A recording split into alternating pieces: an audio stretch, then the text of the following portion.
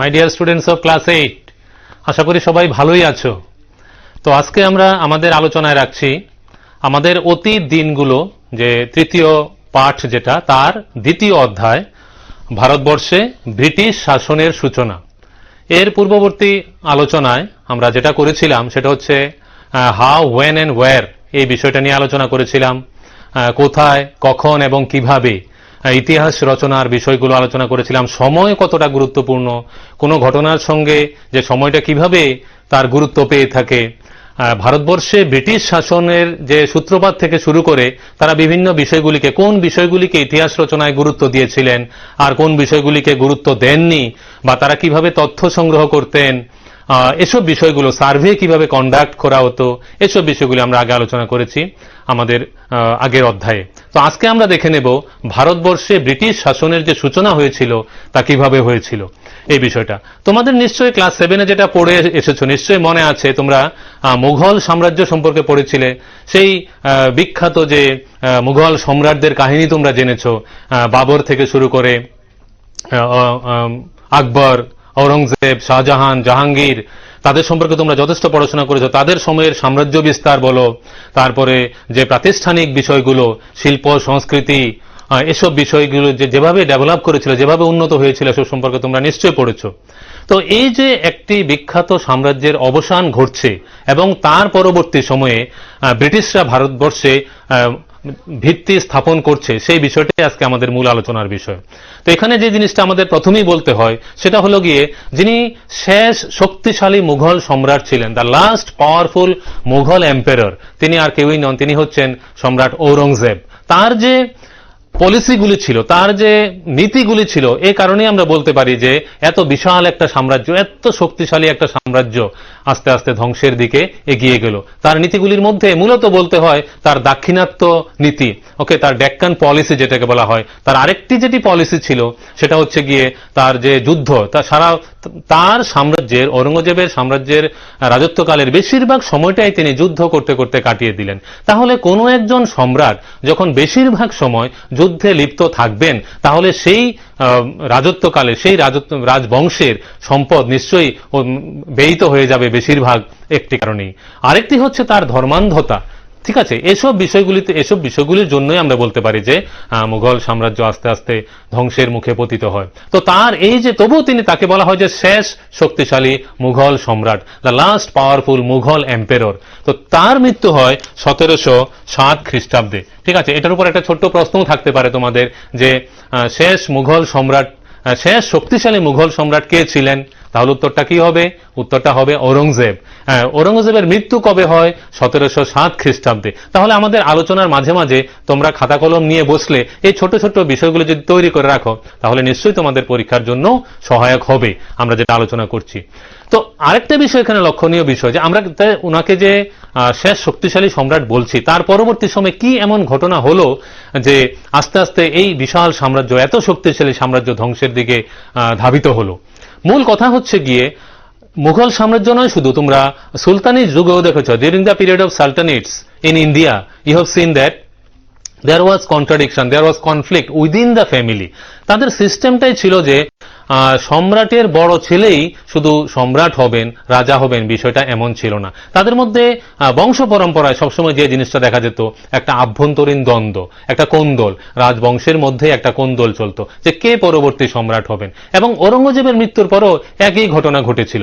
তো এই আভ্যন্তরীণ কোন্দল বলো, দ্বন্দ্ব বলো, সম্রাট হওয়ার জন্য তো এই সুযোগটাকে হাতছাড়া করতে চায়নি কিন্তু যে দেশের বিভিন্ন অংশে যে অন্যান্য স্বাধীনচেতা রাজারা ছিলেন, রাজা বলো, নবাব বলো, তাদের মুঘল সাম্রাজ্যটা এত বিস্তৃত ছিল যে একজন সম্রাটের পক্ষে পুরোটা নিয়ন্ত্রণ করা বা সবটা জায়গায় রাজত্ব পরিচালনা করা কিন্তু মোটেও সম্ভবপর ছিল না, এবং তিনি যদি শক্তিশালী না হয়ে থাকেন। তো সেই ক্ষেত্রে আমরা ঔরঙ্গজেবকে এজন্যই বলছি শেষ শক্তিশালী মুঘল সম্রাট। তার পরবর্তী সময়ে যারা এসেছিলেন তারা কিন্তু সেইভাবে তাদের রাজত্বটা পরিচালনা করতে পারেননি। এত বিশাল সাম্রাজ্যকে কন্ট্রোল করা, নিয়ন্ত্রণ করা, সেটা মোটেও সহজ কাজ ছিল না।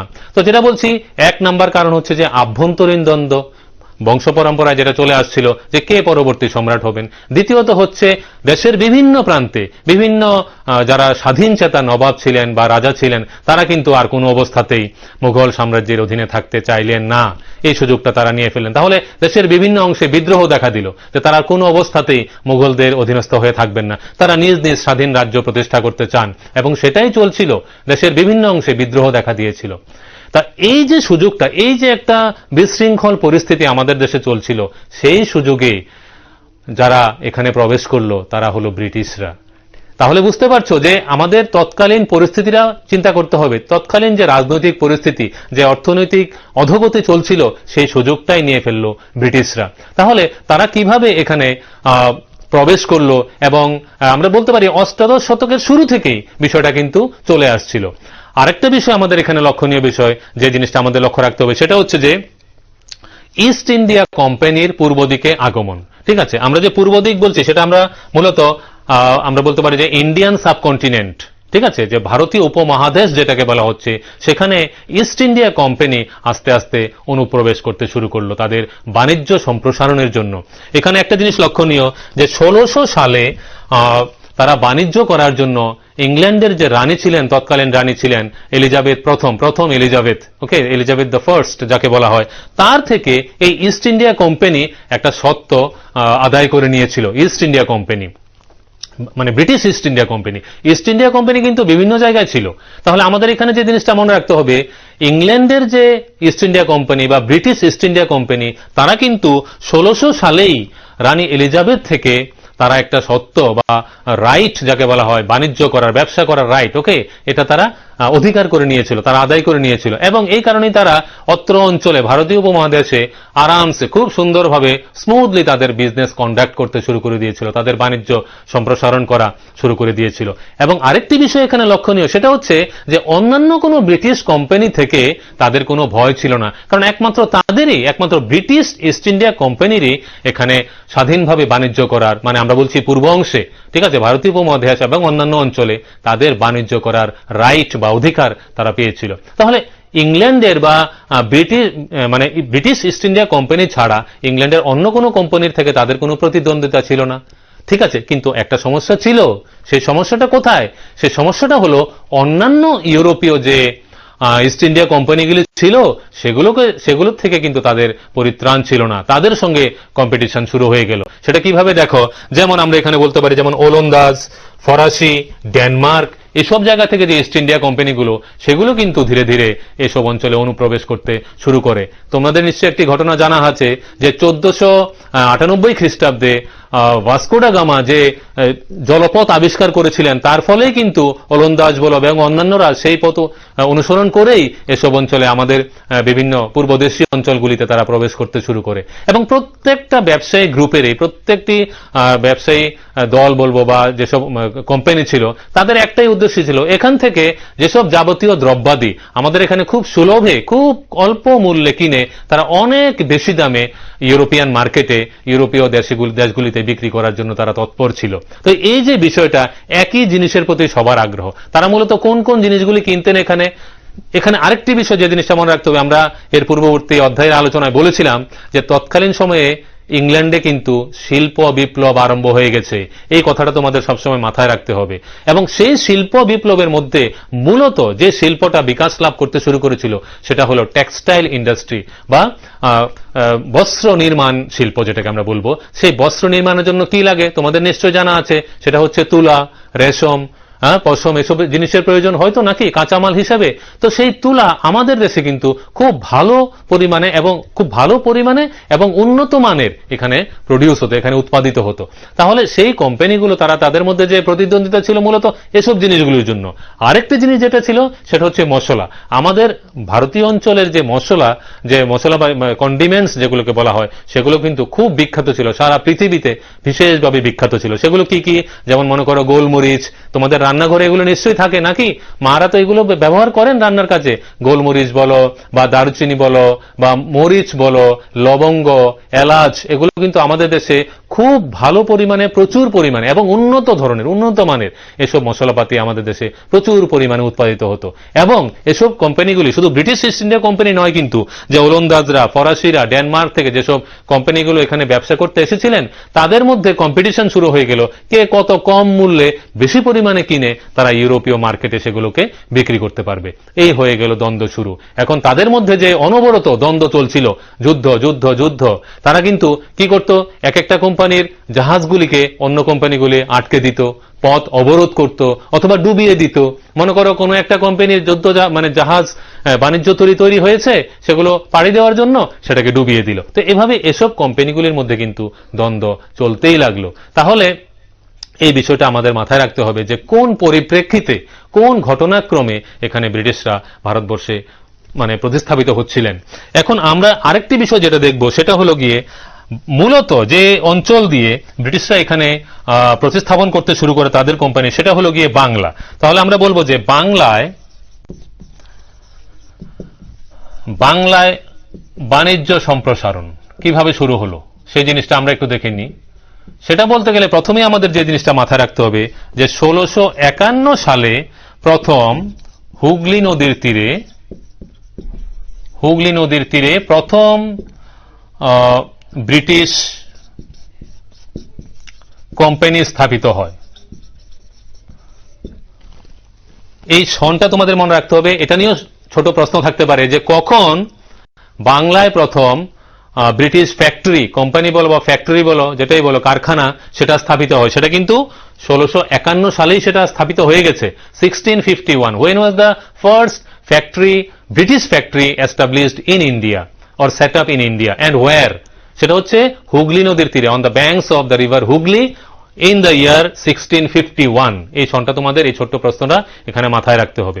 এবং পাশাপাশি দেখো, যখন কোনো ফ্যাক্টরি স্থাপিত হয় তাহলে সেই ফ্যাক্টরিটা পরিচালনা করার জন্য কিছু লোকের প্রয়োজন কিনা? নিশ্চয়ই। তো সেই যারা পরিচালনা করতেন তাদেরকে বলা হতো ফ্যাক্টরস, এখন এই ফ্যাক্টরসরা থাকবেন কোথায়? তো তাদের জন্য সেখানে বসতি স্থাপন করা প্রয়োজন হয়ে পড়লো। পাশাপাশি এই যে কারখানাতে বিভিন্ন দ্রব্যাদি প্রস্তুত হচ্ছে, সেগুলোকে তো গুদামজাত করতে হবে। সেগুলো তো প্রোডাকশনের সঙ্গে সঙ্গেই আর জাহাজে বা নৌকোয় তোলা যাচ্ছে না, তাহলে সেগুলোকে স্টোর করতে হবে, কোথাও গুদামজাত করতে হবে। তাহলে সেখানে যে গুদাম ঘর তৈরি করা, তারপরে অফিস ঘর, একটা ফ্যাক্টরি পরিচালনা করতে গেলে অনেক অফিসিয়াল কাজকর্ম থাকে, নিশ্চয়ই তোমরা জানো। তাহলে সেখানে অফিস ঘর তৈরি করা। তো এইভাবে আস্তে আস্তে আস্তে আস্তে সেই হুগলি নদীর তীরবর্তী অঞ্চলগুলিতে কিন্তু ব্রিটিশদের বসতি আস্তে আস্তে বিস্তার করতে আরম্ভ করলো। তাহলে এই যে ঘটনাটা, এই ঘটনাগুলো কিন্তু একটার সঙ্গে একটা লিঙ্ক আপ করো, তাহলেই বুঝতে পারবে যে আস্তে আস্তে তারা কিভাবে প্রসারিত করতেন শুরু করলেন। এরপরে আরো একটি যে বিশেষ গুরুত্বপূর্ণ ঘটনা, সেটা ভালোভাবে মনে রাখতে হবে। সেটা হলো গিয়ে 1690 সালে যে তিনটি অঞ্চল নিয়ে বৃহত্তর কলকাতার সৃষ্টি হলো, সেটা আমাদের অবশ্যই মনে রাখতে হবে। সেটা হলো কলকাতা, তারপরে সুতানুটি, এবং গোবিন্দপুর। এই তিনটে নাম তোমাদের মনে রাখতে হবে। কলকাতা, সুতানুটি এবং গোবিন্দপুর, এই তিনটি গ্রাম নিয়ে বলতে পারি আমরা বৃহত্তর গ্রাম নিয়ে কলকাতার প্রতিস্থাপনা হলো। বৃহত্তর কলকাতার সৃষ্টি হলো এই কলকাতা, সুতানুটি এবং গোবিন্দপুর, এই তিনটি বৃহত্তর গ্রামকে নিয়ে 1690 খ্রিস্টাব্দে। এবং এভাবেই এ সকল অঞ্চলগুলির মধ্যে ব্রিটিশদের আধিপত্য বিস্তৃত হতে শুরু করলো। এখন আরো একটি গুরুত্বপূর্ণ বিষয় যেটা তাদের বাণিজ্য সম্প্রসারণে সাহায্য করেছিল, সেটা একটু আমরা দেখে নিই। সেটা হলো গিয়ে 1717 খ্রিস্টাব্দে 1717 খ্রিস্টাব্দে ব্রিটিশ ইস্ট ইন্ডিয়া কোম্পানি ফারুকশিয়ার থেকে, তৎকালীন বাংলার নবাব, ঠিক আছে, ফারুকশিয়ার থেকে ফারমান আদায় করেন। এই ফারমানটা কি? ফারমান হলো বিনা শুল্কে বাণিজ্য করার অধিকার, conducting business without paying any tax. চিন্তা করে দেখো যে অন্য একটা দেশে গিয়ে ব্যবসা করছে, অথচ কোনো ধরনের ট্যাক্স দিতে হবে না। তো এটা কি তাদের জন্য একটা বিশেষ সুযোগ নয়? ঠিক আছে, এভাবেই তারা কিন্তু আস্তে আস্তে আস্তে আস্তে আধিপত্য বিস্তার করতে শুরু করলেন। তাহলে এটাও কিন্তু তোমাদের প্রশ্ন থাকতে পারে যে ব্রিটিশ ইস্ট ইন্ডিয়া কোম্পানি কবে ফারুকশিয়ারের কাছ থেকে ফারমান আদায় করেছিলেন? তাহলে সনটা কি হবে? 1717। খুব গুরুত্বপূর্ণ একটা সময়। আমাদের দেশের আস্তে আস্তে আস্তে আস্তে বিভিন্ন রাজনৈতিক অর্থনৈতিক যে অধিকারগুলো তারা খর্ব করে নিজেদের বিষয়গুলোকে নিজেদের, দেখো ব্যবসা করতে এসে কিভাবে তারা অন্যান্য অধিকারগুলো আদায় করে ফেলছে। তাহলে এই যে ব্যাপারটা বলছি, এখানে ফারুকশিয়ার থেকে তারা কিন্তু যে অধিকারটা আদায় করেছিল সেটা হচ্ছে বিনা শুল্কে বাণিজ্য করার অধিকার। কিন্তু দেখা গেল ব্রিটিশ ইস্ট ইন্ডিয়া কোম্পানি শুধু সেই অধিকারের মধ্যেই তাদেরকে সীমিত রাখলো না, তারা কি করতে শুরু করলো, তারা অন্যান্য রাজনৈতিক বিষয়ে অন্যান্য অর্থনৈতিক অধিকার আদায়ের দিকে তারা ধাবিত হলো। তাহলে সমস্যাটা চিন্তা করো। তাহলে আমরা বলতে পারি কি যে অষ্টাদশ শতাব্দীর শুরু থেকে শুরু করে মধ্যভাগ পর্যন্ত ভীষণ ধরনের একটা কনফ্লিক্ট বা দ্বন্দ্ব বা একটা প্রতিযোগিতা শুরু হয়ে গেল। এবং তার ফলে কি হলো, তার ফলে যে ভারতীয় যে ব্যবসা ছিল, ব্যবসা বাণিজ্যগুলো বা স্থানীয় ব্যবসায়ীদের মারাত্মক রকম ক্ষতি হতে শুরু করলো। ঠিক আছে, কারণ তারা এখানে অত্যন্ত বুদ্ধিমান ছিল। তারা অত্যন্ত স্বল্প মূল্যে এখান থেকে যে কাঁচামালগুলো ক্রয় করে সেগুলো বিদেশের বাণিজ্য তরিতে মাধ্যমে বিদেশে ব্যবসা করতে শুরু করে দিল, মূলত ইউরোপীয় দেশগুলিতে। তাহলে আমরা বলতে পারি যে এভাবে বাংলায় ব্রিটিশদের বাণিজ্য সম্প্রসারণ হতে শুরু করেছিল। কিন্তু এখানে কিন্তু যে জিনিসটা মনে রাখতে হবে যে ফারুকশিয়ার থেকে তারা ফারমান আদায় করে নিয়েছিলেন, কিন্তু পরবর্তী সময়ে যারা বাংলার আরো শক্তিশালী নবাবরা ছিলেন তারা কি করলেন আমরা চলো একটু দেখে নিই বিষয়টা। ঠিক আছে, এখানে আমরা বলতে পারি যে এখানে একটা আমরা হেডিং রাখছি যে বাণিজ্য থেকে যুদ্ধ। ঠিক আছে, এই বাণিজ্য থেকে যুদ্ধটা কিভাবে শুরু হলো সেটা একটু আমরা দেখে নিই। যেমন ধরো ফারুকশিয়ার থেকে ফারমান আদায় করেছিলেন বিনা শুল্কে বাণিজ্য করার জন্য ব্রিটিশ কোম্পানিগুলো, কিন্তু তারা যে অন্যান্য রাজনৈতিক অধিকার বা অন্যান্য অর্থনৈতিক দাবি দাওয়া আদায় করতে শুরু করেছিল সেটা কোনোভাবেই বাংলার পরবর্তী নবাবদের পছন্দ ছিল না। তারা কিন্তু বিষয়গুলিকে একদমই মেনে নিতে পারেননি যে তারা বিনা শুল্কে বাণিজ্য করবে, পাশাপাশি কেন তারা রাজনৈতিক ব্যাপারে, why they will interfere in the political matter, তারা রাজনৈতিক বিষয়ে কেন এখানে ইন্টারফেয়ার করছে, সেই বিষয়গুলির প্রতি ছিল আমাদের বাংলার নবাবদের অবজেকশন। প্রচন্ড পরিমাণে তারা এই বিষয়ে বিরোধিতা করেছিলেন। সেই নবাবরা কারা আমরা একটু দেখে নিই। তারা হচ্ছেন মুর্শিদ কুলি খান, তারপর আলীবর্দী খান এবং সিরাজ উদ্দৌলা। নিশ্চয়ই তোমাদের নামগুলো জানা আছে। এই মুর্শিদ কুলি খান, তার পরবর্তী সময়ে আলীবর্দী খান এবং তার পরবর্তী সময়ে সিরাজ উদ্দৌলা, এই তিনজন নবাবের শাসনাধীনে বাংলা এক বিশেষ শক্তিশালী রাজ্যে পরিণত হয়েছিল। এটা কিন্তু আমাদের মাথায় রাখতে হবে। তাহলে ফারুকশিয়ার হয়তো ফারমান দিয়ে দিয়েছিলেন বিনা শুল্কে বাণিজ্য করার জন্য, কিন্তু পরবর্তী সময়ে বাংলার নবাবেরা সেই অধিকারটাকে সঠিকভাবে ব্রিটিশদের ব্যবহার করতে কিন্তু তারা প্রস্তুত ছিলেন না, যে তারা এখানে মানে বছরের পর বছর বাণিজ্য করে যাবেন কিন্তু কোনো ধরনের শুল্ক দেবেন না, সেটা হতে পারে না। তাহলে তারা কি করলেন, তারা বিভিন্ন বিষয়ে আপত্তি শুরু করলেন। বাংলার নবাবরা বিভিন্ন বিষয়ে আপত্তি শুরু করলেন। কোন বিষয়ে সেটা আমরা একটু দেখে নিই। সেটা হচ্ছে যে তারা যে অধিকতর রাজনৈতিক ও অর্থনৈতিক অধিকার আদায়ে বাধা, এভাবে তোমাদের মনে রাখতে হবে বিষয়টাকে, যে বাংলার পরবর্তী নবাবরা ব্রিটিশ কোম্পানির অনৈতিক যে দাবিগুলো, মানে অনধিকার চর্চা যেটাকে বলা হচ্ছে, যে তোমরা ব্যবসা করতে এসেছো সেটা নিয়ে থাকো, তোমরা রাজনৈতিক বিষয়ে কেন ইন্টারফেয়ার করছো, কেন এখানে প্রবেশ করছো রাজনৈতিক বিষয় নিয়ে, বা অন্যান্য অর্থনৈতিক বিষয় নিয়ে তারা কেন ইন্টারফেয়ার করছে, সেই সব বিষয়গুলির প্রতি কিন্তু তাদের যথেষ্ট আপত্তি ছিল। এর পরবর্তী সময়ে যেহেতু ব্রিটিশ ইস্ট ইন্ডিয়া কোম্পানি আরেকটা জিনিস এনশিওর করতে চাইছিল, মানে তাদের সুরক্ষার জন্য তারা দুর্গ নির্মাণ করতে চাইছিল। ঠিক আছে, এই যে দুর্গ নির্মাণ বিষয়ের জন্য দুর্গ নির্মাণেও বাধা আসলো। বাংলার নবাবরা বললেন যে আমাদের এখানে আমাদের উইদাউট পারমিশনে কোনো ধরনের অনুমতি ছাড়াই তোমরা এখানে দুর্গ নির্মাণ করতে শুরু করে দিয়েছো। দুর্গ মানে বুঝো তো, যেখানে সৈন্য সামন্ত অস্ত্র শস্ত্র রাখা হয়ে থাকে।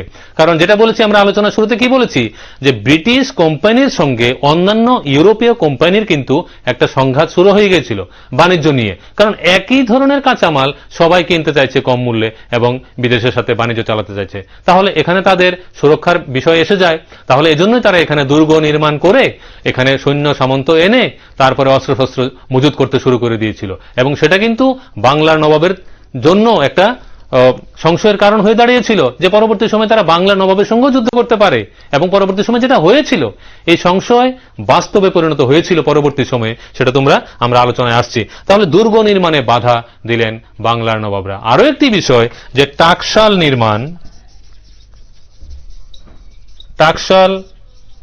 নির্মাণে বাধা। British company, east India company চাইছিল এখানে টাকশাল নির্মাণ করা হোক। টাকশাল মানে বুঝো তো, মানে মুদ্রা তৈরি করা। এখানে তারা মুদ্রা তৈরি করবেন বা মুদ্রা স্টোর করবেন, মজুত রাখবেন। কিন্তু সেখানেও নবাবরা আপত্তি জানালেন। বাংলা নবাব কি বললেন, যে না, এখানে বাণিজ্য করতে গেলে তোমাদেরকে কিন্তু ট্যাক্স দিতে হবে, তোমরা শুল্ক মুক্ত বাণিজ্য করতে পারবে না, তোমরা এখানে দুর্গ নির্মাণ করতে পারবে না, তোমাদের টাকশাল নির্মাণের কোনো অধিকার নেই এখানে। তো এভাবে দেখো, ইস্ট ইন্ডিয়া কোম্পানির সঙ্গে বাংলার নবাবের প্রতিদ্বন্দ্বিতা শুরু হয়ে গেল। এখন কোম্পানি কি বলল? কোম্পানি বলল যে আমাদের ব্যবসার সর্বনাশ হতে শুরু করেছে এই বাংলার নবাবের জন্য।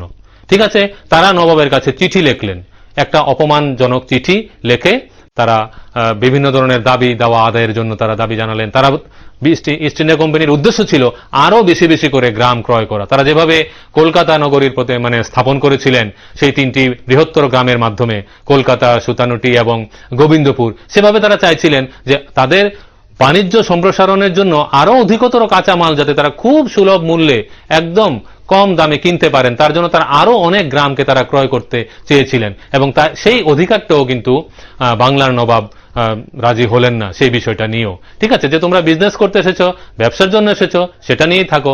এখানে কেন জায়গা ক্রয় করা, এখানে কেন টাকশাল নির্মাণ করা, এখানে কেন সৈন্য মজুত করা, এটা তো উদ্দেশ্য ভালো নয়। তো এইভাবেই তারা কিন্তু একটা কনফ্লিক্ট, একটা দ্বন্দ্ব, একটা সংঘাত শুরু হয়ে গেল ব্রিটিশ ইস্ট ইন্ডিয়া কোম্পানি এবং বাংলার নবাবের মধ্যে। এবং সেটা কোথায় গিয়ে শেষ হলো? সেটা গিয়ে শেষ হলো পলাশীর যুদ্ধ। আমরা আসছি এখন আলোচনায় পলাশীর যুদ্ধ। দেখো, 1757 সালে যখন আলীবর্দী খাঁর মৃত্যু হলো, তখন বাংলার নবাব হলেন সিরাজউদ্দৌলা। ঠিক আছে, পলাশীর যুদ্ধ যে ঘটনাটা বলছিলাম, যে পলাশীর যুদ্ধ যেটা হয়েছিল 1757 সালে, সেটি একটি অত্যন্ত গুরুত্বপূর্ণ ঘটনা। ঠিক আছে, এটার উপর অনেক সময় ব্রড কোশ্চেনও থাকতে পারে, ছোট প্রশ্ন তো থাকতেই পারে, যে পলাশীর যুদ্ধ কবে সংঘটিত হয়েছিল। দেখো, আমি কিন্তু মাঝে মাঝে অনেকগুলো প্রশ্ন বলে যাচ্ছি, তো তোমরা যদি খাতা কলম নিয়ে বসো তাহলে এগুলো একটু লিখেও রাখতে পারো। এটা অত্যন্ত তোমাদের পরীক্ষার প্রস্তুতির জন্য আশা করি সহায়ক হবেই।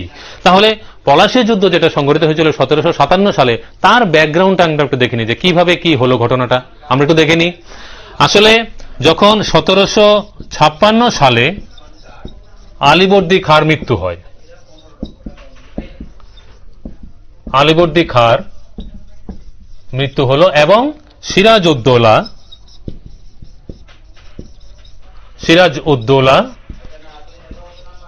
বাংলার নবাব হলেন। ঠিক আছে, 1756 সালে যখন আলীবর্দী খাঁর মৃত্যু হলো, তখন তার পরবর্তী বাংলার নবাব হলেন সিরাজউদ্দৌলা। তিনি কিন্তু একজন স্বাধীন চেতা নবাব ছিলেন। তিনি কোনো অবস্থাতেই ব্রিটিশ ইস্ট ইন্ডিয়া কোম্পানির যে আননেসেসারি ইন্টারফেয়ারেন্স, যে অনধিকার চর্চাগুলো, মানে রাজনৈতিক বিষয়ে ইন্টারফেয়ার করা বা অর্থনৈতিক অধিকার, অনৈতিক অধিকার দাবি করা, সেগুলো তিনি কোনোভাবে বরদাস্ত করতে প্রস্তুত ছিলেন না। তো তিনি কি করলেন? তিনি তার 30,000 সৈন্য নিয়ে তিনি কাশিম বাজার কুঠি, যেটা ব্রিটিশদের একটা ঘাঁটি ছিল, কাশিম বাজার কুঠি যেটাকে বলা হতো, কাশিম বাজার একটা জায়গার নাম, সেখানে ব্রিটিশদের একটা ঘাঁটি ছিল, ব্রিটিশদের একটা আস্তানা ছিল বা ব্যবসায়ী প্রতিষ্ঠান ছিল, সেটাকে তিনি দখল করলেন। এবং তার আরো উদ্দেশ্য হলো যে কলকাতা দখল করা। ব্রিটিশদের যে আরেকটি মূল ঘাঁটি যেটা কলকাতা, সেটাকে তিনি দখল করার জন্য প্রস্তুত হলেন এবং তাদের যত বাণিজ্য তৈরি ছিল সেগুলোকে বন্ধ করে দিলেন। তাদের যত ব্যবসায়ী সম্প্রসারণ, অন্যান্য কাজকর্মগুলো সবগুলোতে তিনি বাধা প্রদান করলেন। এবং এই সময়ে মাদ্রাজ থেকে Lord Clive British East India কোম্পানির মূল আধিকারিক আমরা বলতে পারি লর্ড ক্লাইভ, তিনি মাদ্রাজ থেকে নৌবহর নিয়ে তার আগমন ঘটল। এটা কবে? এটা হলো গিয়ে 1757 23 জুন, 23শে জুন 1757 খ্রিস্টাব্দে লর্ড ক্লাইভ, যিনি মাদ্রাজ থেকে নৌবহর নিয়ে, তোমরা জানো নিশ্চয়ই শুনে থাকবে যে ব্রিটিশদের কিন্তু নৌ শক্তিটা ভীষণ মানে যেটা আমরা কি বলবো, মানে নৌ সৈনিকের দিক থেকে তারা কিন্তু ভীষণ পাওয়ারফুল ছিল, ঠিক আছে, নৌ শক্তিটা তাদের মারাত্মক ছিল। তো এটা মানে লর্ড ক্লাইভ এই নৌবহরকে নিয়ে, ঠিক আছে, নৌ সৈনিকদের নিয়ে তারা বাংলার দিকে রওনা দিলেন এবং পলাশীর প্রান্তরে 23শে জুন এক যুদ্ধ সংঘটিত হলো। আমরা যদিও যুদ্ধ বলছি, আসলে কিন্তু প্রকৃত অর্থে এটাকে যুদ্ধ বলা যায় না। ভারতীয় ঐতিহাসিকরা কখনো এটাকে যুদ্ধ নাম মানে প্রকৃত অর্থে যুদ্ধ বলে তারা এটাকে স্বীকার করেননি। তার কারণ কি? কারণটা হলো গিয়ে ব্রিটিশদের যে উদ্দেশ্যটা ছিল সেটা হচ্ছে বাংলায় একজন এমন নবাব থাকতে হবে যাকে বলা হবে সাক্ষী গোপাল নবাব, মানে পাপেট কিং, মানে তাকে দিয়ে যে কোনো কাজ করিয়ে নেওয়া যাবে। ব্রিটিশরা যা চাইবে, ব্রিটিশ ইস্ট ইন্ডিয়া কোম্পানির যা রাজনৈতিক উদ্দেশ্য, যা অর্থনৈতিক উদ্দেশ্য, সকল বিষয় সেই নবাব মেনে নেবেন, এমন একজন নবাবের প্রয়োজন ছিল, সিরাজউদ্দৌলা নয়। ঠিক আছে, তো তাহলে কি করা যায়? আমরা যেটা আলোচনা শুরুতে বলেছিলাম যে এটা সবসময় দেখা গেছে মুসলমান নবাবদের মধ্যে তারা মানে বংশগত একটা দ্বন্দ্বে লিপ্ত থাকে যখন পরবর্তী নবাব বা সম্রাট কে হবেন, সেটা মুঘল আমলেই বলো, সেটা বাংলা নবাবের ক্ষেত্রেই বলো। তো এই জন্য তারা মির্জাফরকে, এই বংশেরই, ঠিক আছে, সিরাজউদ্দৌলার বংশেরই মির্জাফরকে একটা প্রলোভন দেখালেন যে তোমাকে কিন্তু বাংলার নবাব করা হবে যদি তুমি আমাদের পক্ষে আসো। তাহলে সেভাবেই যিনি ছিলেন কিন্তু সিরাজউদ্দৌলার প্রধান মানে সৈন্যাধ্যক্ষ, সেনাপতি ছিলেন, সৈন্যদের সেনাপতি ছিলেন এই মির্জাফর। সেই মির্জাফর, ঘসেটি বেগম আরো কয়েকজন মিলে যুদ্ধের পূর্বেই ব্রিটিশদের সঙ্গে চক্রান্ত করা হলো যে কিভাবে এই সিরাজউদ্দৌলাকে যুদ্ধে পরাস্ত করা যায়। তোমরা তো নিশ্চয়ই জানো যে সৈন্যাধ্যক্ষ বা যিনি কমান্ডার, ঠিক আছে, কমান্ডারের অনুমতি ছাড়া কি সৈনিকরা যুদ্ধ করতে পারে? নিশ্চয়ই নয়। তাহলে সেভাবেই মির্জাফরের ভুল পরিচালনার কারণে প্রচুর পরিমাণে সৈন্য থাকা সত্ত্বেও সিরাজউদ্দৌলা পলাশীর যুদ্ধে পরাজিত হলেন এবং পরবর্তী সময়ে তার মৃত্যু হয়। তো এই যেটা বলছিলাম, পলাশীর যুদ্ধ ভারতীয় ইতিহাসের ক্ষেত্রে একটি অত্যন্ত গুরুত্বপূর্ণ ঘটনা, যার মাধ্যমে আমরা বলতে পারি যে বাংলায় ব্রিটিশদের ভিত্তিপ্রস্তর স্থাপিত হয়ে গেল। এর পরবর্তী সময়ে যেটা আমরা দেখব সেটা হলো গিয়ে যে আরো একটি বিষয় এখানে আমাদের মাথায় রাখতে হবে, সেটা হলো গিয়ে যে 1764 সালে বক্সারের যুদ্ধ অনুষ্ঠিত হয়। বক্সারের যুদ্ধ, এই বিষয়টা নিয়ে একটু আমরা আলোচনা করি। এই বক্সারের যুদ্ধ বিষয়টা কি? তো মির্জাফর তো নবাব হলেন, ব্রিটিশরা যেমন কথা দিয়েছিলেন যে মির্জাফরকে নবাব করা হবে। তো পলাশীর যুদ্ধে সিরাজউদ্দৌলা পরাজিত হলেন, তার মৃত্যু হলো এবং কথা মতো মির্জাফর নবাব হলেন। কিন্তু মির্জাফর যখন নবাব হলেন তখন দেখা গেল তাকে দিয়ে সেইভাবে কোনো কাজ হচ্ছে না, মানে রাজনৈতিক অর্থনৈতিক যে বিশেষ পদ্ধতিগুলো যে পরিচালনা করার কথা সেগুলো সেই ঠিকভাবে হচ্ছে না। তখন তাকে সরিয়ে মীর কাসিম আরেকজন, যিনি বাংলার নবাব হলেন মির্জাফরের পরবর্তী সময়ে। কিন্তু মীর কাসিম কিন্তু সেই মির্জাফরের মতো এ ধরনের মানে তার যে ব্রিটিশদের পক্ষ হয়ে কাজ করবে এ ধরনের নবাব ছিলেন না। তিনি ছিলেন অনেকটা সিরাজউদ্দৌলার মতোই স্বাধীন চেতা নবাব ছিলেন তিনি, মীর কাসিম। তো এজন্য মীর কাসিমের সঙ্গে তাদের আবার দ্বন্দ্ব সংঘাত শুরু হয়ে গেল এবং তা থেকেই 1764 খ্রিস্টাব্দে বক্সারের যুদ্ধ অনুষ্ঠিত হলো মীর কাসিমের সঙ্গে। এবং শুধু মীর কাসিম বলবো না, আমরা অন্যান্য যারা ছিলেন এখানে, অন্যান্য আরো যারা নেতৃস্থানীয় ছিলেন তাদের সঙ্গে যুদ্ধ হলো এবং এই কারণেই তখন ব্রিটিশ শক্তি এর মধ্যে অনেকটা সংগঠিত করা হয়ে গেছে, ব্রিটিশদের সৈন্য সামন্ত অনেক বেশি পরিমাণে হয়ে গেছে এবং তাদের মাধ্যমে, সেই সংগঠনের মাধ্যমে এই বক্সারের যুদ্ধে তাদের পরাজয় সংগঠিত হলো। তাহলে আমরা বলতে পারি, এজন্য বলা হয় যে প্লাসি ওয়াজ এ ক্যানোনেড, মানে পলাশির যুদ্ধটা কিন্তু প্রকৃত অর্থে যুদ্ধ ছিল না, কারণ এখানে মীর জাফরের চক্রান্ত ছিল। কিন্তু পরবর্তী সময়ে বক্সারের যে যুদ্ধ হলো সেখানে কিন্তু তিনজন শক্তিশালী পদস্থ ব্যক্তিকে ভারতের পরাস্ত করতে সমর্থ হয়েছিলেন ব্রিটিশ সৈনিকরা। ঠিক আছে, তো সেই অর্থে বলা যায় যে বক্সার ওয়াজ এ ডিসিসিভ ব্যাটেল। তো এই বক্সারের যুদ্ধের মাধ্যমে পুরোপুরি সর্বশান্ত হয়ে গেল বাংলার এবং তথা মুঘল সাম্রাজ্যের অবসান হলো, আমরা সত্যিকার অর্থে বলতে পারি। তো এর পরবর্তী সময়ে যেটা দেখা যায় যে মুঘল নবাব থেকেও কিন্তু তারা একটা দেওয়ানি লাভের, বাংলার দেওয়ানি লাভের অধিকার আদায় করে ফেললেন। সেটা হচ্ছে বাংলার দেওয়ানি লাভ। ঠিক আছে, বাংলার দেওয়ানি লাভ, এটি একটি গুরুত্বপূর্ণ বিষয় এখানে। ঠিক আছে, মুঘল সম্রাট শাহ আলম, দ্বিতীয় শাহ আলমের কাছ থেকে ব্রিটিশ ইস্ট ইন্ডিয়া কোম্পানি বাংলার দেওয়ানি লাভের অধিকার তারা লাভ করলো। এই দেওয়ানি লাভ বিষয়টা কি সেটা একটু আমরা দেখিনি। দেওয়ানি লাভ মানে হচ্ছে ট্যাক্স আদায় করা, ঠিক আছে, কর যেটা আমরা বা রাজস্ব যেটাকে বলবো। তো British East India company Mughal সম্রাটের কাছ থেকে, দ্বিতীয় শাহ আলমের কাছ থেকে তারা কি করলেন, তারা বাংলার দেওয়ানি লাভের অধিকারটি আদায় করে ফেললেন কৌশলে। এর ফলে কি হলো, বাংলার যত রাজস্ব উৎপাদিত হতো সবটাই ব্রিটিশ কোম্পানি তাদের আওতায় করে নিল। এর পূর্ববর্তী পর্যায়ে, এর মানে আগে যে ঘটনাটা ছিল সেটা হচ্ছে তারা কিন্তু স্বর্ণ, রূপা এসব দিয়ে ভারত থেকে বিভিন্ন যে কাঁচামাল, যেটা বলছি আমরা রেশম বলো, পশম, তুলা বা বিভিন্ন মশলাপাতি, এগুলো তারা এখান থেকে ক্রয় করতে হতো। আর ভারতের তো তাদের থেকে ক্রয় করার কিছু ছিল না, তাহলে এখানে শুধু তাদেরই ইনভেস্ট করতে হতো। মানে British East India Company has to invest gold, silver and all for buying the raw materials. ঠিক আছে, কাঁচামাল কেনার জন্য তাদের কিন্তু স্বর্ণ, রৌপ্য এসব এখানে ভারতীয়দেরকে দিতে হতো।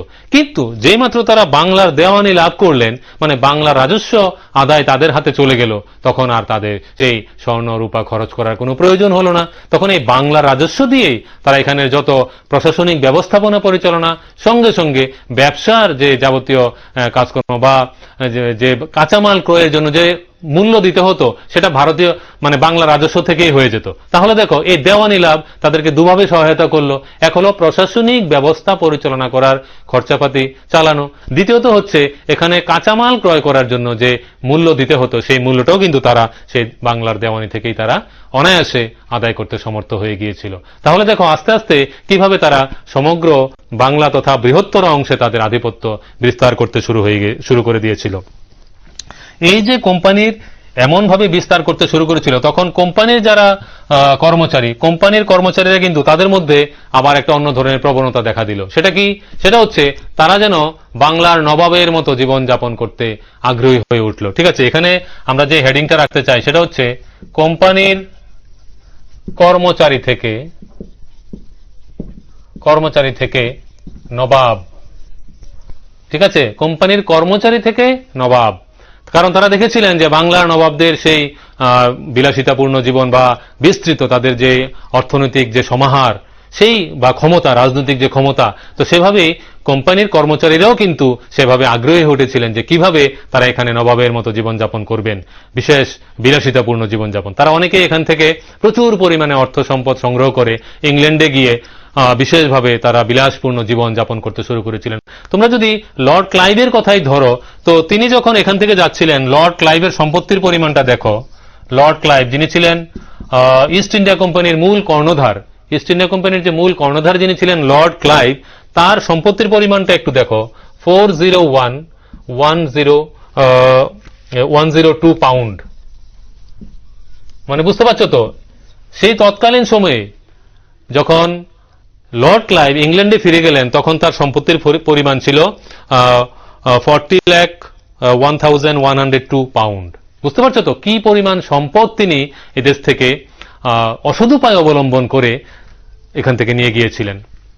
এবং পরবর্তী সময়ে তার ইংল্যান্ডের পার্লামেন্টে কিন্তু তার বিচার হয়, যদিও তিনি নির্দোষ প্রমাণিত হয়েছিলেন, কিন্তু তিনি আত্মহত্যা করেছিলেন, সেই লর্ড ক্লাইভ যিনি ইস্ট ইন্ডিয়া কোম্পানির কর্ণধার ছিলেন। তো এইভাবে কিন্তু কোম্পানির অন্যান্য কর্মচারীরাও নিজেদেরকে নবাব, এখানে আমাদের যে উচ্চারণটা হচ্ছে নবাব, মানে নবাব শব্দের ইংরেজি প্রতিরূপ নবাব, যে আমরা কথা বলি বাংলার যে শাসক নবাব ছিলেন, যেমন সিরাজউদ্দৌলা একজন নবাব ছিলেন, তো তার যে একটা বাংলা রূপ সেটাকে নবাব বলা হয়। এবং ইংল্যান্ডে তাদেরকে বলা হতো যেমন ভুইফুড়, মানে কথা হচ্ছে যারা হঠাৎ করে ধনী হয়ে গেছে। তো এমন ধরনের কোম্পানির কর্মচারীরা কিন্তু ইংল্যান্ডে গিয়ে বিশেষভাবে প্রতিপত্তি খাটিয়ে বিশেষ অর্থ সম্পদের অধিকারী হয়ে উঠেছিল। তো এভাবে তাদের একটা বিলাসিতাপূর্ণ জীবন তারা সেখানে প্রতিষ্ঠা করতে সমর্থ হয়েছিলেন। আচ্ছা, এখন আমরা দেখে নিই কোম্পানি আর কি কি উপায়ে এই দেশে শাসন বিস্তার করতে শুরু করেছিল।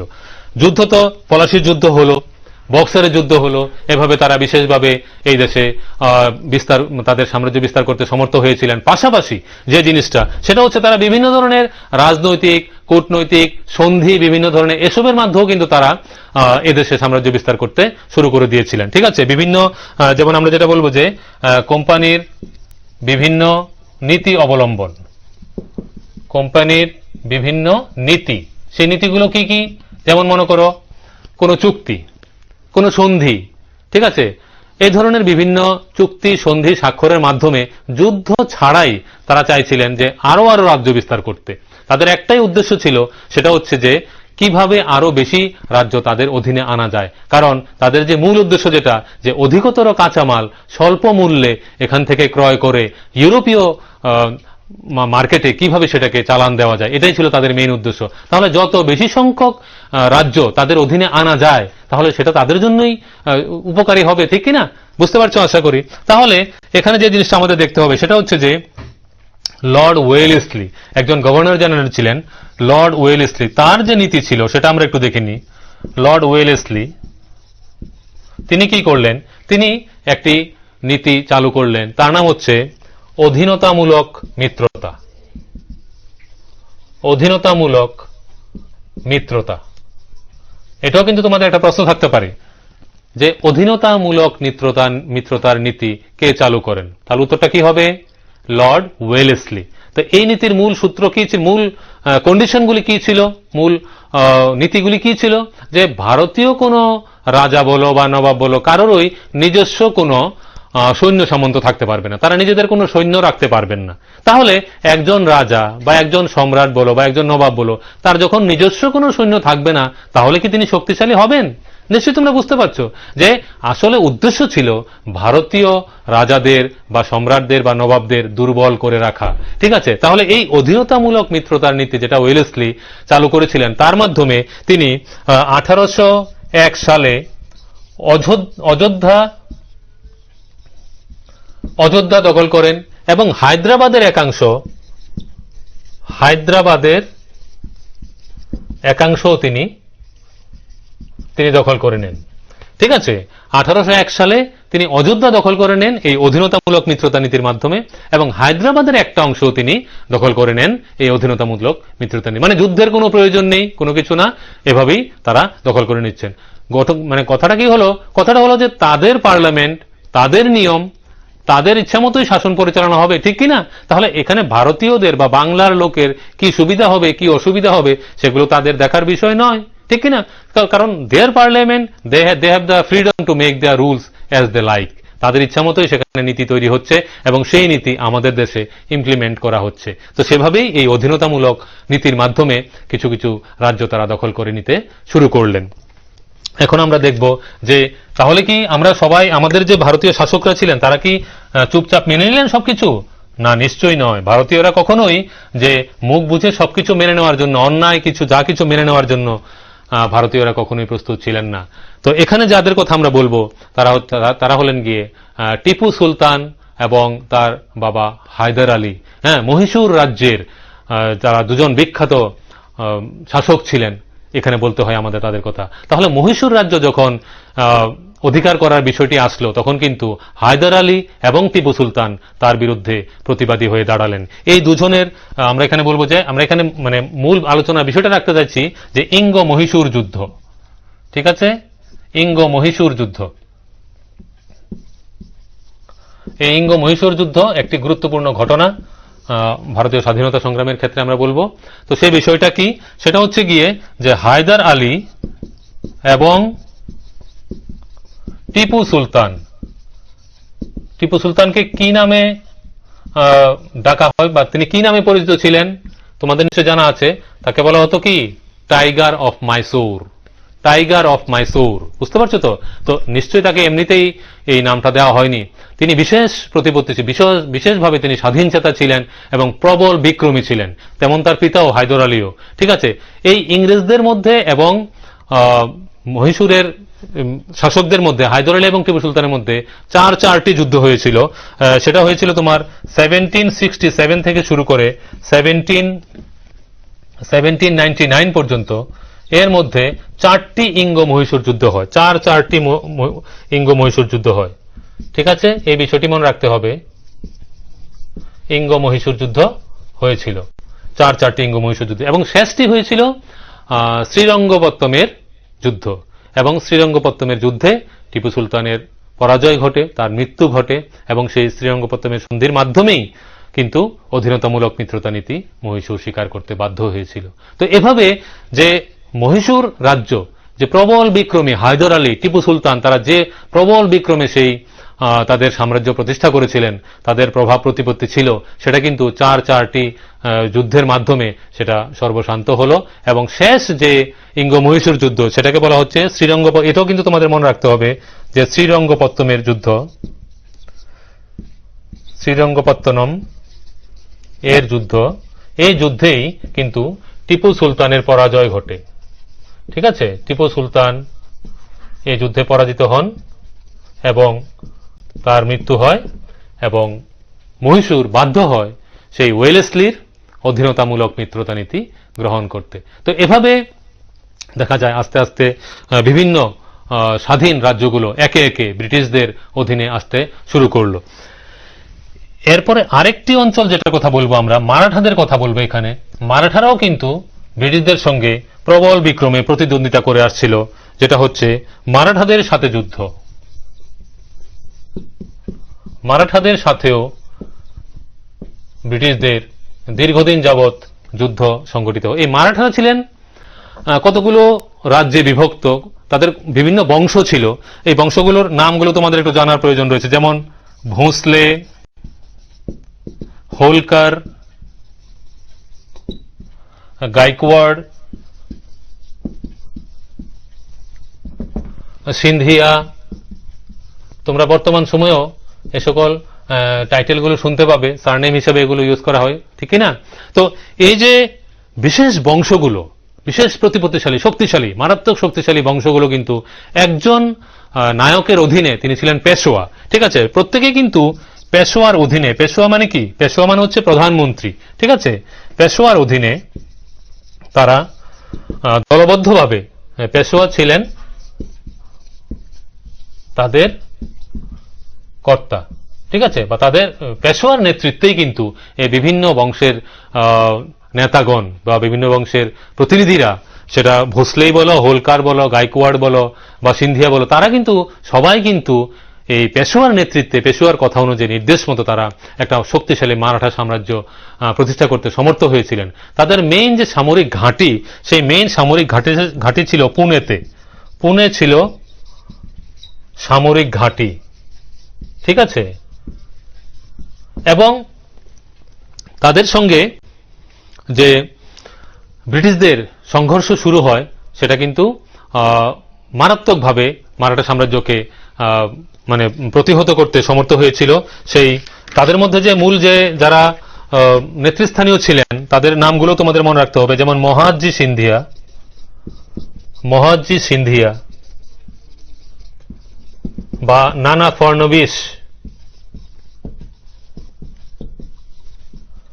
নানা ফড়নবিশ মারাঠাদের মধ্যে অত্যন্ত শক্তিশালী, পরাক্রমশালী নেতা ছিলেন তাদের মধ্যে। ঠিক আছে, তো তাদের নেতৃত্বে ব্রিটিশদের সঙ্গে প্রবল যুদ্ধ শুরু হয়। সেটা হলো গিয়ে, সেখানে 3টে ইঙ্গ মারাঠা যুদ্ধ হয়েছিল, আমরা দেখিনি, তিনটে ইঙ্গ মারাঠা যুদ্ধ হয়েছিল। সেটা প্রথমটা যেটা হয়েছিল, প্রথম ইঙ্গ মারাঠা যুদ্ধ, সেটা হয়েছিল 1782 খ্রিস্টাব্দে। 1782 সালে প্রথম ইঙ্গ মারাঠা যুদ্ধ হয়। তারপর 1803 থেকে 1805 সালের মধ্যে দ্বিতীয় ইঙ্গ মারাঠা যুদ্ধ হয়।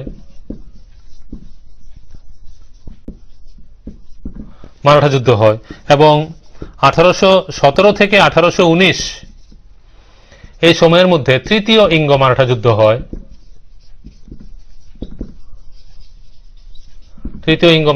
হয়। এবং এই সর্বশেষ তৃতীয় ইঙ্গ মারাঠা যুদ্ধেই সিদ্ধান্ত হয়ে গেল যে কারা এখানে বেশি শক্তিশালী। যেটা বলছিলাম যে পেশোয়ার নেতৃত্বে বিভিন্ন বংশের সমন্বয়ে যে বিশাল শক্তিশালী মারাঠা সাম্রাজ্য ছিল আমাদের, সেই মারাঠা সাম্রাজ্য কিন্তু আস্তে আস্তে ধূলিসাৎ হয়ে গেল ব্রিটিশদের প্রবল বিক্রমে। সো সেই তিনটি যুদ্ধ, ইঙ্গ মারাঠা যুদ্ধ, এই সময়গুলো তোমাদের ভালোভাবে মনে রাখতে হবে। যে প্রথম, এখানে ছোট প্রশ্ন থাকতে পারে যে প্রথম ইঙ্গ মারাঠা যুদ্ধ কবে সংঘটিত হয়েছিল, সেটি হচ্ছে 1782 সালে। দ্বিতীয় ইঙ্গ মারাঠা যুদ্ধের সময়কাল কি, সেটা হচ্ছে 1803 থেকে 1805। এবং তৃতীয় ইঙ্গ মারাঠা যুদ্ধের সময়কাল কোনটা, সেটা হলো 1718 থেকে 1719। যে এই যে সময়কালগুলো, এগুলো তোমাদের খুব ভালোভাবে মনে রাখতে হবে। এবং তৃতীয় ইঙ্গ মারাঠা যুদ্ধের মাধ্যমে মারাঠা সাম্রাজ্যের সূর্য অস্ত গেল আমরা বলতে পারি, এবং ব্রিটিশরা আরো প্রবল বিক্রমে এখানে ভারতবর্ষে আধিপত্য বিস্তার করতে সমর্থ হয়ে গেল তারা। ঠিক আছে, তোমরা টিভির স্ক্রিনে একটা ফোন নাম্বার দেওয়া হয়েছে, দেখতে পাচ্ছ। প্রয়োজনে ফোন করে তোমাদের এই পর্যন্ত আমরা যা আলোচনা করেছি তার উপর প্রশ্ন থাকলে প্রশ্ন করতে পারো। ঠিক আছে, আমরা সেই বিষয়ে নিশ্চয়ই আলোচনা করব। ঠিক আছে, তো এখন আমরা দেখে নিই এই যে একে একে মহীশূর রাজ্যের পরাজয় হলো, মারাঠাদের অবসান ঘটল। তাহলে তার থেকে ব্রিটিশরা কিন্তু আস্তে আস্তে নিজেদের সর্বশ্রেষ্ঠ বলে দাবি করার অধিকারী হয়ে উঠল। ঠিক আছে, ব্রিটিশরা কিভাবে তাদেরকে সর্বশ্রেষ্ঠ বলে দাবি করলো সেই জিনিসটাই আমরা দেখব এখানে, যে ব্রিটিশদের সর্বশ্রেষ্ঠত্বের দাবি তার কতটা যুক্তিসঙ্গত। ঠিক আছে, ব্রিটিশদের সর্বশ্রেষ্ঠত্ব দাবি, এখানে যে জিনিসটা বলতে হবে, আমরা যেই পরিস্থিতির কথা বলছি সেই পরিস্থিতিটাকে আমরা দেখে নিতে হবে। তখন লর্ড ওয়ারেন হেস্টিংস,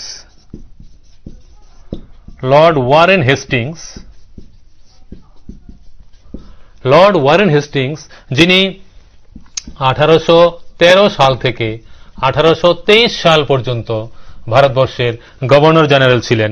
ঠিক আছে, তার সময়ে আমরা বলতে পারি ভারতবর্ষে ব্রিটিশ শাসন অনেকটাই বেশি প্রতিস্থাপিত হয়েছিল। বিভিন্ন অংশে তাদের যে সাম্রাজ্য বিস্তার সেটা হয়ে গেছিল। এবং এখানে মনে রাখতে হবে, এটা শুধু যে যুদ্ধের মাধ্যমে তা নয়, যেটা বলেছি আমরা আগে আলোচনা করেছি, যে বিভিন্ন নীতি বা চুক্তি বা সন্ধি স্থাপন করা বা রাজনৈতিক কিছু শর্ত আরোপ করা, তার মাধ্যমে কিন্তু আস্তে আস্তে বিভিন্ন অঞ্চল তারা দখল করতে শুরু করলেন।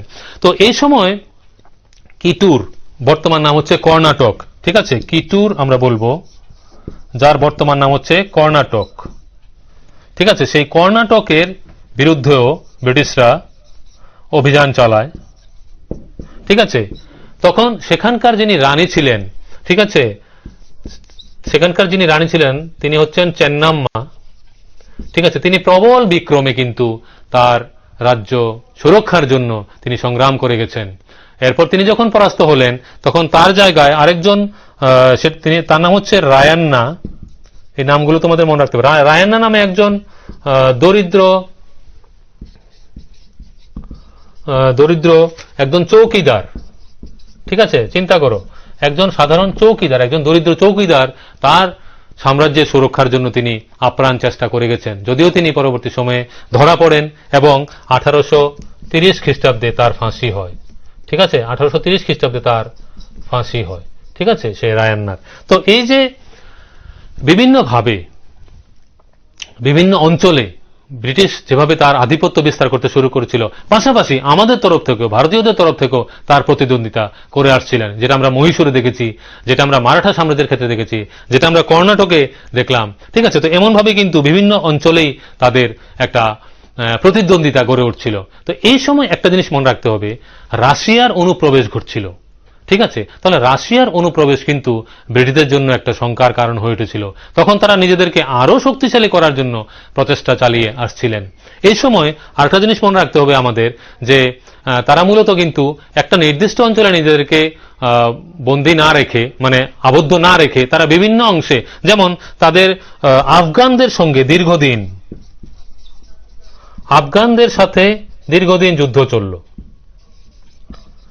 ঠিক আছে, ব্রিটিশ শক্তির যুদ্ধ চলল আফগানদের সঙ্গে, তাদের যুদ্ধ চলল, তারা সিন্ধু প্রদেশ জয় করলেন, সিন্ধু দেশ জয়, তারা সিন্ধু দেশ জয় করলেন, মানে আস্তে আস্তে চিন্তা করে সব দিক দিয়ে আফগানদের সঙ্গে তাদের যুদ্ধ চলল দীর্ঘদিন ধরে, তারা সিন্ধু প্রদেশ জয় করলেন, তাদের সঙ্গে শিখদের প্রতিনিয়ত যুদ্ধ হতে আরম্ভ করলো এবং পরিশেষে তারা পাঞ্জাব দখল করতে মানে সফল হলেন। তো এমন ভাবে সে আফগানদের সঙ্গে যুদ্ধ বলো, বা সিন্ধু প্রদেশ জয় বলো, বা পাঞ্জাব দখল করা বলো, এভাবে তারা আস্তে আস্তে আস্তে আস্তে সাম্রাজ্যটা বিভিন্নভাবে বিস্তার করতে শুরু করে দিয়েছিলেন। এখানে আরেকটি বিষয় আমাদের মনে রাখতে হবে, সেটা হলো যে আমরা যেটা বলেছি যে শুধুমাত্র যুদ্ধ নয়, বিভিন্ন ধরনের রাজনৈতিক পন্থা, কূটনীতি বা চুক্তি, তার মাধ্যমেও কিন্তু ভারতবর্ষে তারা বিভিন্ন অঞ্চলে সাম্রাজ্য কায়েম করতে সমর্থ হয়েছিলেন। এখানে আরেকজন গভর্নর জেনারেলের কথা আমাদের অবশ্যই বলতে হবে, তিনি হলেন লর্ড ডালহৌজির সত্য বিলোপ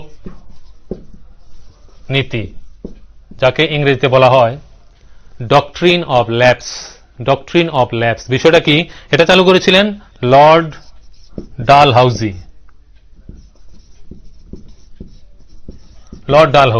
ঠিক আছে, এটা কি নিয়ম ছিল? আমরা প্রথম অধ্যায়ে যেটা আলোচনা করেছিলাম, নিশ্চয়ই তোমাদের মনে আছে যে তারা সার্ভে বিষয়টাকে মানে প্রচন্ড গুরুত্ব দিতেন। তারা বিভিন্ন অংশে সার্ভে করে, বিভিন্ন সমীক্ষা চালিয়ে তারা বিভিন্ন তথ্য সংগ্রহ করতেন। সেটা শুধু জমি সংক্রান্ত নয়, বিভিন্ন বিষয়ে। তো তারা ওই সময় একটা সমীক্ষা করে দেখলেন, বা তাদের মানে পর্যবেক্ষণে আসলো যে এমন অনেক প্রান্ত রয়েছে, অনেক রাজ্য রয়েছে যেখানে রাজাদের নিজস্ব সন্তান নেই। তাহলে তারা আরেকটি নতুন আইন চালু করলেন। সেই আইনটির নাম কি? সেটি হলো সত্য বিলোপ নীতি বা ডক্ট্রিন অফ ল্যাপস। এটির মানে কি? এটির মানে হলো যখন কোনো রাজা নিঃসন্তান অবস্থায় মারা যাবেন, তখন তার সম্পত্তি সরাসরি ব্রিটিশ অধীনে চলে আসবে, এবং সেই রাজার যদি কোনো দত্তক পুত্র থাকে, সেই দত্তক পুত্র কোনো অবস্থাতেই সেই সম্পত্তির অধিকারী বা পরবর্তী সম্রাট বা পরবর্তী রাজা হতে পারবেন না। এই হলো সত্য বিলোপ নীতির মূল কথা। আসল উদ্দেশ্য কি? এর মাধ্যমে যুদ্ধ ছাড়াই, কোনো ধরনের যুদ্ধ ছাড়া, কোনো ধরনের সংঘাত ছাড়া সরাসরি আইনের বলে কতগুলো রাজ্য চলে আসবে ব্রিটিশদের অধীনে। এই হলো পলিসি। ওকে, তাহলে চিন্তা করে দেখো, এই যে লর্ড ডালহৌসি, তার এই কূটনৈতিক বুদ্ধির কারণে তারা একে একে অনেকগুলো রাজ্য তারা দখল করতে সমর্থ হয়েছিলেন। সেগুলি কোনগুলি, সেগুলি আমরা একটু দেখে নিই। যে সাতারা রাজ্য তারা 1848 সালে দখল করতে সম্ভব হন। ঠিক আছে, সাতারা, তারপর সম্বলপুর দখল করেন 1850 সালে, তারপর উদয়পুর দখল করেন, উদয়পুর আরেকটি রাজ্য, উদয়পুর দখল করেন 1852 সালে, তারপর সাতারা, সম্বলপুর, উদয়পুর, তারপর নাগপুর তারা দখল করেন 1853 সালে, এবং ঝাঁসির কথা তোমরা নিশ্চয়ই শুনেছ, ঝাঁসির রানী লক্ষ্মীবাই, ঠিক না? ঝাঁসি দখল করেন তারা 1854 সালে। তো এভাবে দেখো 1848 থেকে শুরু করে 1854 সালের মধ্যে তারা অনেকগুলো রাজ্য এই সত্য বিলোপ নীতির মাধ্যমে কোন রকম যুদ্ধ ছাড়া, কোন রকম দ্বন্দ্ব ছাড়া তারা এতগুলো রাজ্য দখল করে নিতে সমর্থ হলেন। কেন? কারণ এ সকল রাজ্যগুলিতে যিনি রাজা ছিলেন, যিনি অধিকারী ছিলেন, তিনি কিন্তু তারা নিঃসন্তান অবস্থায় মারা গিয়েছিলেন। ওকে, তো সেই অবস্থাতে দেখা গেল যে অনেকগুলো রাজ্যই ব্রিটিশরা কিন্তু নিঃসন্দেহে কোন রকম দ্বন্দ্ব ছাড়াই তারা দখল করতে সমর্থ হয়ে গিয়েছিল। ঠিক আছে, বুঝতে পারছো আশা করি। তো এভাবে বিভিন্ন রাজ্য তারা দখল করতে সমর্থ হলেন। আর আরেকটি বিষয় এখানে মনে রাখতে হবে, সেটা হলো গিয়ে যে অযোধ্যাকে তারা দখল করলেন কুশাসনের অভিযোগে। কুশাসন যেটাকে বলা হচ্ছে, যে 1856 সালে অযোধ্যা তারা দখল করে নিলেন কুশাসনের অভিযোগে। সেটা কিন্তু কারণটা অন্য। ওকে, কুশাসনের অজুহাতে আমরা বলবো। কুশাসনের অজুহাতে তারা অযোধ্যা রাজ্যটি দখল করে নিলেন 1856 সালে, আর অন্য রাজ্যগুলি তারা নিয়েছিলেন সত্যবিলোপ নীতির দ্বারা। তাহলে এই যে আমরা অযোধ্যা দখলের কথা বলছি, এই যে কুশাসন সেটা কি? সেটা হচ্ছে যে মানে অযোধ্যার যিনি শাসক তিনি সঠিকভাবে শাসন পরিচালনা করতে পারছেন না, অতএব সেই রাজ্য তারা দখল করে নেবেন। আসলে কিন্তু অযোধ্যার যারা অধিবাসী ছিলেন তাদের কিন্তু সেরকম কোনো কমপ্লেইন ছিল না যে তাদের শাসক সঠিকভাবে শাসন পরিচালনা করতে পারছেন না, ঠিক আছে। কিন্তু এরপরও জোরপূর্বক তারা কুশাসনের অভিযোগ এনে তারা অযোধ্যাকে তারা দখল করে ফেললেন। তো এভাবে বিভিন্ন নীতির মাধ্যমে, বিভিন্ন কূটনীতি, সন্ধি বা নতুন নতুন আইনের মাধ্যমে তারা বলতে পারো যে তোমরা যে তার সাম্রাজ্য বিস্তার করতে শুরু করলেন। শুধুমাত্র যুদ্ধ নয়, বিভিন্ন পলিসির মাধ্যমে।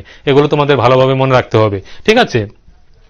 তো এরপরে আবার নতুন শাসন ব্যবস্থা তারা পরিচালনা করতে শুরু করলেন। এখানে বিভিন্নভাবে নতুন শাসন ব্যবস্থা পরিচালনা করতে শুরু করলেন। তারা হিন্দু যে বিচার বিভাগীয় যে আইনগুলো রয়েছে সেগুলো তারা 1775 সাল থেকেই তারা সেগুলো নিয়ে চর্চা করতে শুরু করলেন, তার সারমর্ম কালেকশন করলেন। এরপরে 1778 সালে যে মুসলিম যে শরীয়ত আইন রয়েছে সেসব আইন বিষয়ে তারা বিভিন্ন সারমর্ম সংগ্রহ করতে শুরু করলেন। এসবের মাধ্যমে তারা চাইছিলেন যে একটি পাকাপাকি ভাবে এখানে শাসন প্রতিষ্ঠা করা, ঠিক আছে। মানে এখানকার জনগণকে এটাও বোঝাতে চাইলেন যে আমরা কিন্তু বিভিন্ন স্থানীয় যে আইনগুলো রয়েছে সেগুলো চর্চা করছি এখানে। পাশাপাশি তারা এখানে প্রতিটি জেলায় তারা ফৌজদারি এবং দেওয়ানি বিচার ব্যবস্থা এখানে চালু করতে শুরু করলেন। এবং সাধারণত ফৌজদারি যে বিচারগুলো তাদের দায়িত্ব দেওয়া হলো কাজী, তাদের হাতে বা ফুদাতি তাদের হাতে এসব বিচারের ব্যবস্থা এখানে দেওয়া হলো। তো এমন ভাবে আমরা যে বিষয়টা দেখলাম যে যুদ্ধ পাশাপাশি বিভিন্ন ধরনের নীতির মাধ্যমে, বিভিন্ন সন্ধি চুক্তির মাধ্যমে তারা কিন্তু ভারতীয় অঞ্চলের, ভারতের বিভিন্ন অংশ তারা দখল করতে সমর্থ হয়েছিলেন, ঠিক আছে। তো আমরা আজকে যেটা আলোচনা করলাম নিশ্চয়ই তোমরা বুঝতে পেরেছো যে ভারতবর্ষে ব্রিটিশ শাসনের বিস্তার বা যেটা প্রতিস্থাপন হলো সেটা কিভাবে হলো। সেটা মূলত আমরা যদি বলতে চাই সেটা যেটা প্রথম শুরু হয়েছিল আমরা বলতে চাই যেটা পলাশির যুদ্ধের মাধ্যমে, ঠিক কিনা। তোমাদের এখানে কিছু কিছু প্রশ্ন আমি প্রথম থেকেই বলে আসছি, নিশ্চয়ই মনে আছে তোমাদের। যেমন ব্রিটিশ ইস্ট ইন্ডিয়া কোম্পানি রানী এলিজাবেথ থেকে কখন প্রথম যে তারা বাণিজ্য করার অধিকার পেয়েছিলেন সেটা মনে আছে নিশ্চয়ই তোমাদের, যে 1600 সালে, ঠিক আছে। তখন তাদের সঙ্গে প্রতিদ্বন্দ্বিতা করার মতো আর কোনো ব্রিটিশ কোম্পানির অধিকার ছিল না। তো এদিক দিয়ে তাদের একটা বিশেষ সুযোগ এসে গেল। তার পরবর্তী সময় আমরা দেখেছি যে কিভাবে বিভিন্ন রাজ্যগুলি তারা একে একে একে প্রতিস্থাপন করতে শুরু করলেন এখানে। আচ্ছা, লাইনে আছো কেউ? আমাদের সময় শেষ হয়ে এসেছে। Hello hello sir. হ্যাঁ বলো, কে বলছো?